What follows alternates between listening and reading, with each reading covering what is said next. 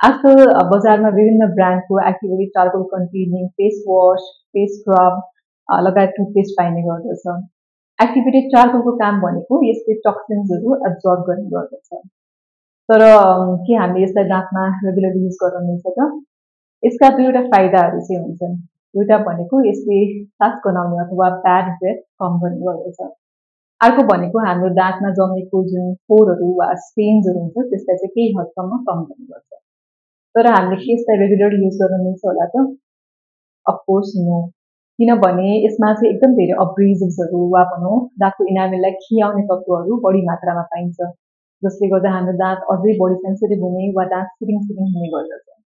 दोस्रो बेफाइदा भनेको यदि तपाईँको दाँतको सर्फेस अलरेडी रफ छ भने यस्तो चारकोल पार्टिकल्सहरू चाहिँ त्यो रफनेसमा गएर अड्किन्छ र तपाईँको दाँत अझै बढी डिस्कलर हुन्छ।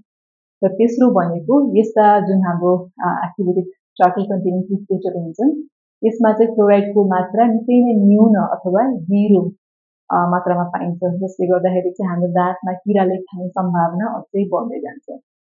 सो यदि तपाईँले यस्तो खालको टुथपेस्टहरू युज गर्दै हुनुहुन्छ भने कृपया 4 देखि 6 हप्ता मात्रै युज गर्नुहोला।